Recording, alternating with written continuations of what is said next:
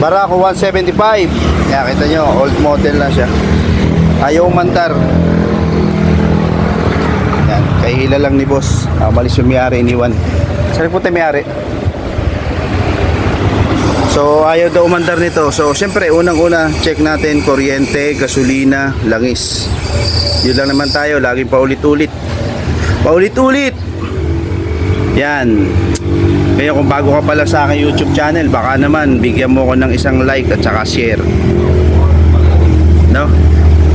At saka kung magugustuhan mo tong video to, baka pwede mo nang i-share din sa iyong mga kaibigan para matuto sila kung paano mag-DIY ng sariling motor. So ito Barako 175, baka sabihin nyo laging bagong ginagawa ko. Ito luma, kitang-kita nyo naman So una step muna tayo. First step, tingnan natin ngayon ang kanyang kuryente. Kasi pag ayaw umandar, syempre unang-una kuryente, no?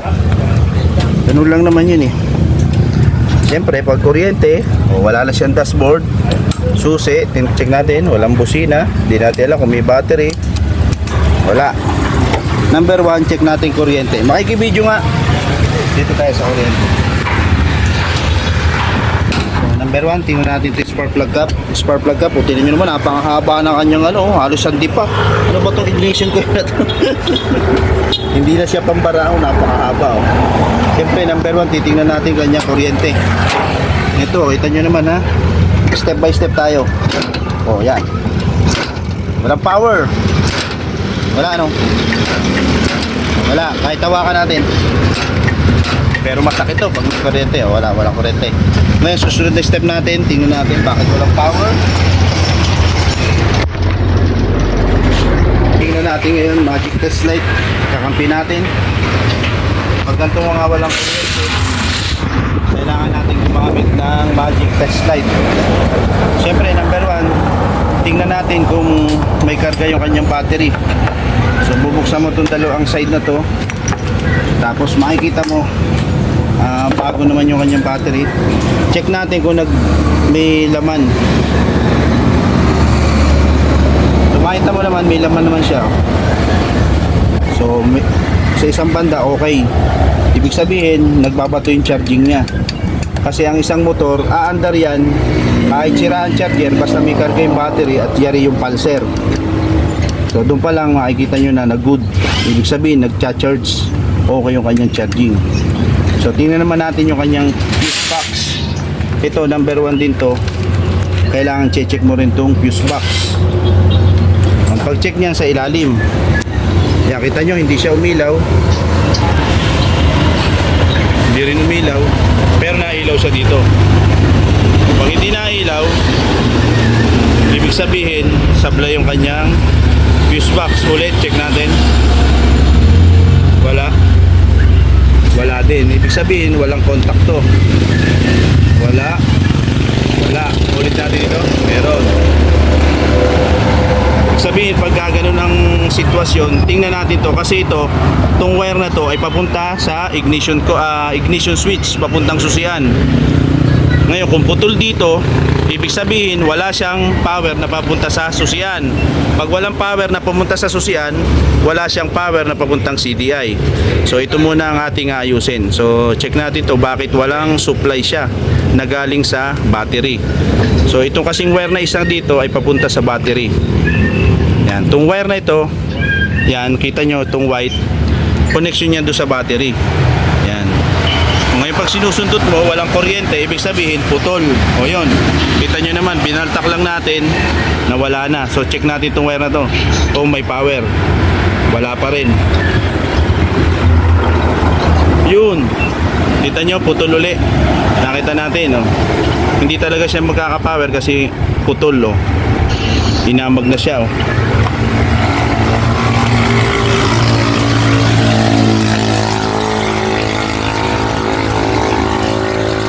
Ito kasi yung papunta sa battery.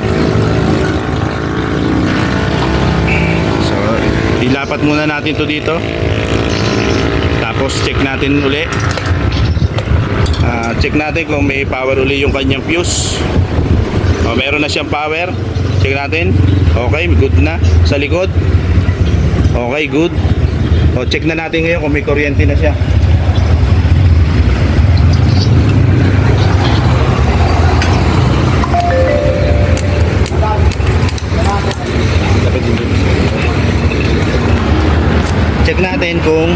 wala pa siyang busina, walang signal light, check lang natin kung may kuryente na.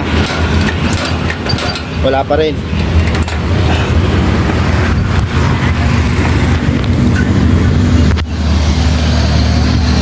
Okay tayo? Check. Check. Good. Pupunta naman tayo ngayon sa susian. Kasi itong wire na ito papuntang susi.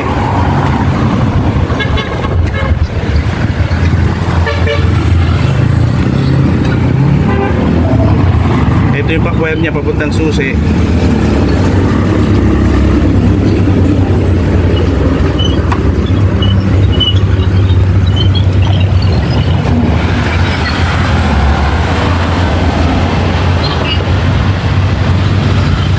Check natin dito sa susi. So kita nyo naman yung wire ng susi niya. Hindi na natin bubuksan, dukutin na lang natin. Naka-tape na pala yung kanyang susian. So para hindi na kayo magbulat-lat dito, i-check nyo dito yung brown wire. Ito, ibig sabihin, ito. Yan, para hindi na kayo magsusog doon sa susi, malalaman nyo naman yan pag yung brown wire ng signal light nagkaroon siya ng positive. Susi natin, sinusi ko yung ignition switch, tapos sundutin natin ito kung may power. O, ibig sabihin meron na siya. Ibig sabihin nagka-contact na yung susiante mo. Papatayin ko yung susi. Pakita mo Vince yung susi. O, pakita mo ito yung ilaw. Papatayin ko itong susi. Ibig sabihin may contact yung susian. Ibig sabihin good yung susian. Pag sinusi natin meron. Ibig sabihin meron nang dumadaloy sa kanyang wire na susian. Kasi putol lang yung wire dito, putol.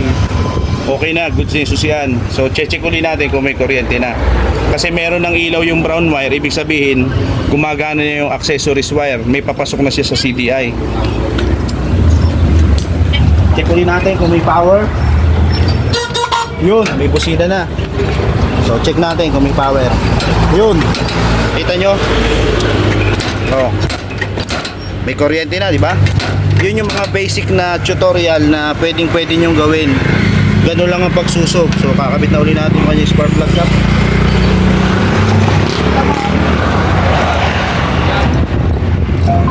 Tapos bandarin na natin.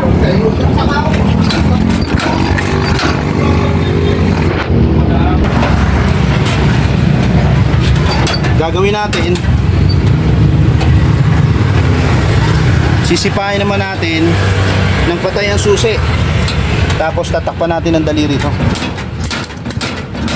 Kita nyo, kompresyon malakas kasi puno siya ng gas. Ating sisingawan ng hangin para matuyo.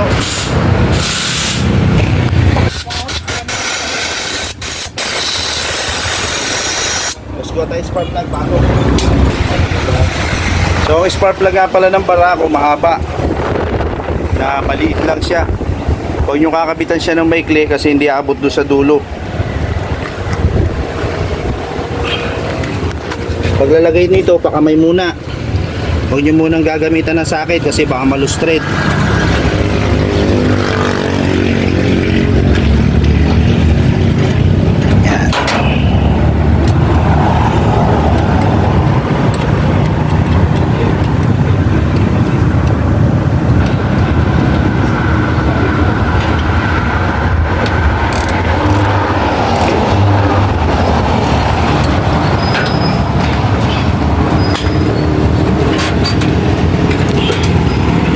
Natin paanda rin.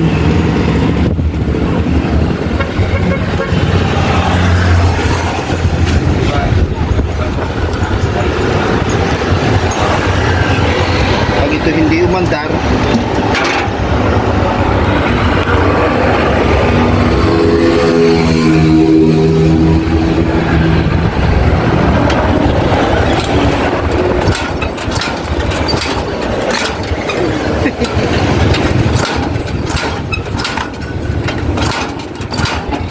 pa rin. Troubleshoot talaga. Loss compression.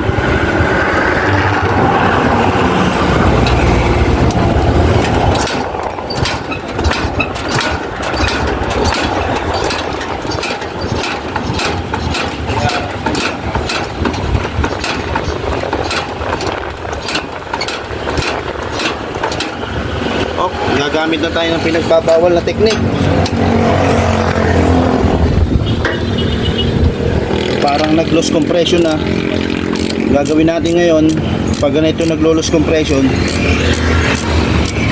bubugahan natin yung ibabaw. Ito yung mga tinatawag na tsambahan repair.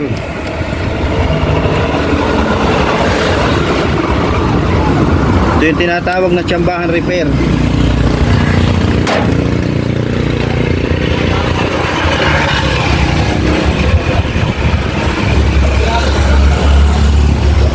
Ano to, namatay sa andar? Nalalakbo ka, biglang namatay. Pasyon na wala. Yuts. So, sabi ng may-ari, namatay daw to sa andar. Paahon, lusong. Sa bayan na. So check natin kung may langis. So goods naman yung langis niya. Ibig sabihin, talagang naging possible na sira na wala yung kuryente. Tapos kinapapaandar, siguro nag-loss compression, na pasakan yung barbula kasi walang kompresyon. Ngayon bobombahan natin ito ngayon. Tingnan natin ngayon kung makukuha pa sa bomba.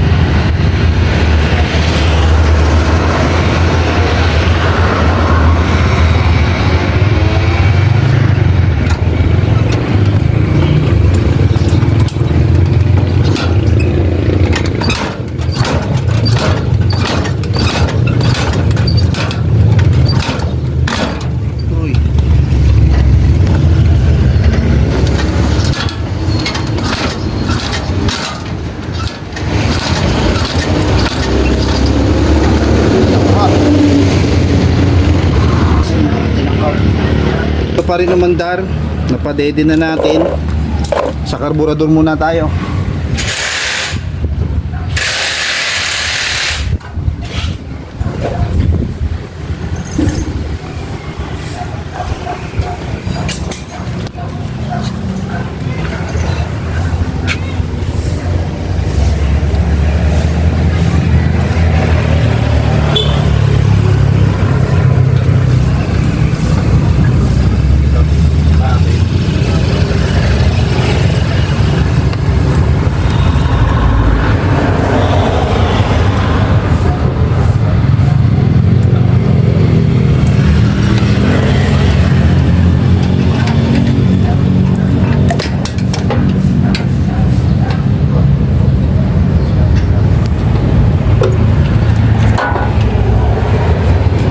Natin to kung pumapasok ang gasolina, kasi makita mo walang gasolina pumaabante.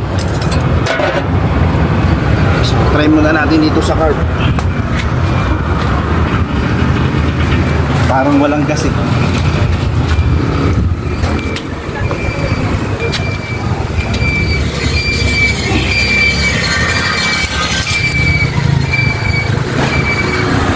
Walang gas na pumapasok sa carb.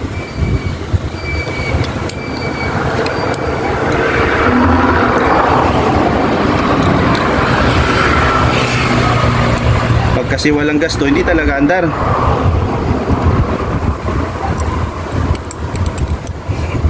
Dapat to puno.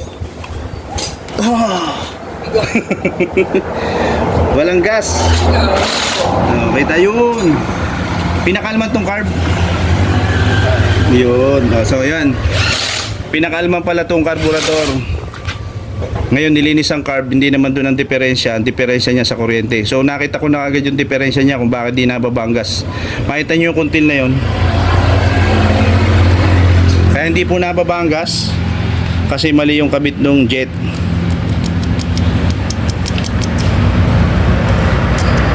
Kasi kung walang problema dito sa carb, may kuryente na, may gas, edi bubunutin na natin yung head. Ngayon, may problema pala dito sa carb. Kita nyo naman, ayun, mali ang pagkakakabit, no? Dapat ito, yan, dapat ito, isasabit nyo na bago isuksok. Yun, ganon. Natin ilalagay siya. Ay, sala. Kaya pala kahit anong gawin tadyak natin, hindi talaga siya andar. Kasi walang gasolina yung kanyang karburador. Kaya yung pagto-troubleshoot, syempre isa-isahin mo muna bago mo sentensyahan. So nagpalit tayo ng spark plug kasi basang-basa yun. Siguro nung linisin nila yung carb, hindi pa ganito sumaboy. Hindi pa sala to, kaya napundi yung spark plug.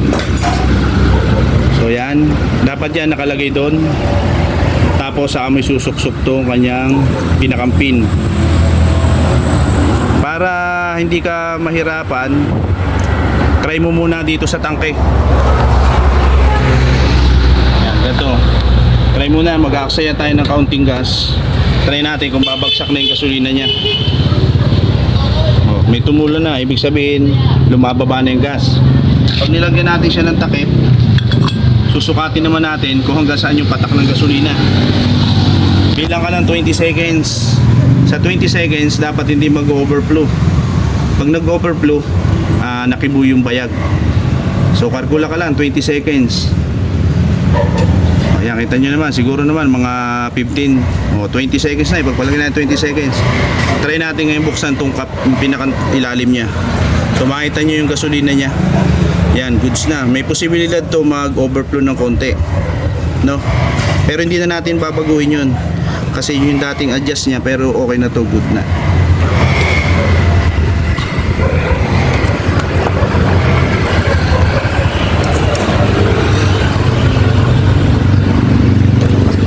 Forward. Ayun na, ang bilis.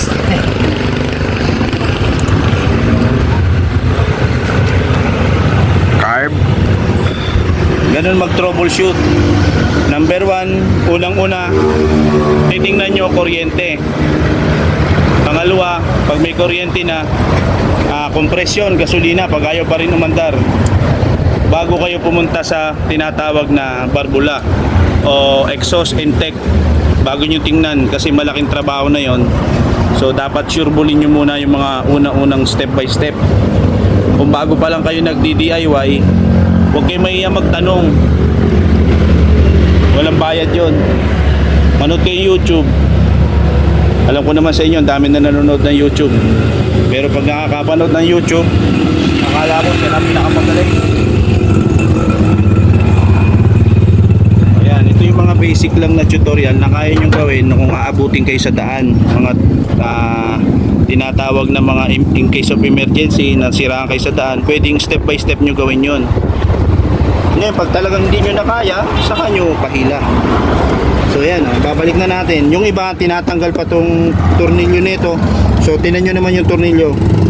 Ito, focus mo dito. Ito, pinstong gilid. Ito. Yan, kita nyo itong tornilyo. Kung babaklasin pa natin yan, baka abutin tayo ng maghapon. Kasi kita nyo kinalawang na. Kaya ang ginagawa ko, hindi ko na siya binabaklas. Yung iba kasi sasabihin, ba't ko pinopersa? Dapat binabaklas to para maluwan. Pag ganito naman sitwasyon yung tornilyo, mas maigi pang persahin ang lakas ng katawan kaysa pagkukulang mo ng oras yan. Kasi pwede mo naman siyang persahin na ganito. Kumbaga, dito munahin. Diba, naipasok mo din naman. Kasi yung iba sasabihin sa comment, alam nyo na, mas magaling pa sa'yo. Yung sabihin sa'yo, dapat binabaklas para daw hindi masira yung goma. Eh pag naka-encounter ka ng ganito, bull mo mabaklas yan, saka kung sisingilin na mahal yung may-ari kasi di mo mabaklas, pwede mo naman i-shortcut, no, di ba? Pwede mo naman shortcutin yan. Ba't mo ba patatagalin? Yan, katulad ng may-ari, narito, oh. Siyempre tinatanong ko kung ano yung mga ginawa. Yan. Ngayon may gasolina ng sasaboy dito sigurado.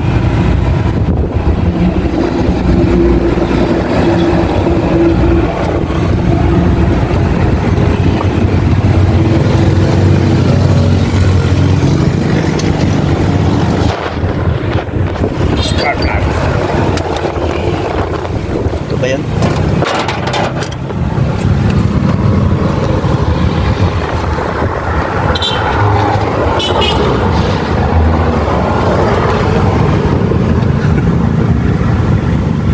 Ano? Nakakasipag mag-upload bago sahod. Hindi pa sumahod, hindi mag-upload. Yung mga naiinip. Yung mga naiinip sa mga ina-upload kong yung sa tutorial, kaya mainip. Bigla-bigla na lang akong nag-upload. Quality. O, katulad nito. Kita nyo, kala nyo basic na troubleshoot lang. Kasi kuryente, una nating tinis. Lagyan natin kuryente, akala natin naandar na. Akala natin kompresyon. Siyempre, bago mo pa kang bunutin to, check mo na yung carb. Try natin ulit.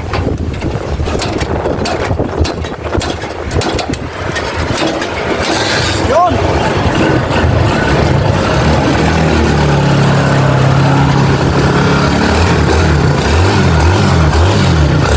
Nakita nyo?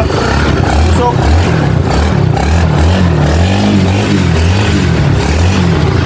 Oh, bakit mausok?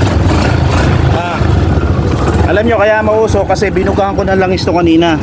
Kasi baka kung loss compression, binugahan ko ng langis para yung oil pump ring niya makompress. Kasi kung hindi makompress yung maglo-loss compression, no? Baka kasi natingahan. So ngayon umandar na mausok. So try ulit natin si Pain. Oy, medyo init.